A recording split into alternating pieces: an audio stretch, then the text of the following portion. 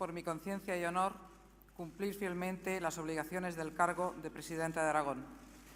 Con lealtad al Rey, guardar y hacer guardar la Constitución como norma fundamental del Estado.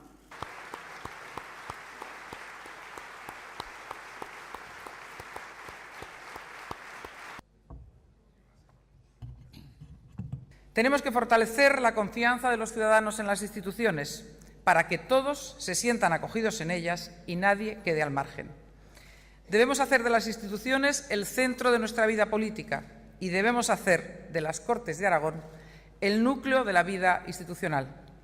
Instituciones y Cortes que encarnan la representación política de todos y que deben de servir al progreso y al bienestar de todos.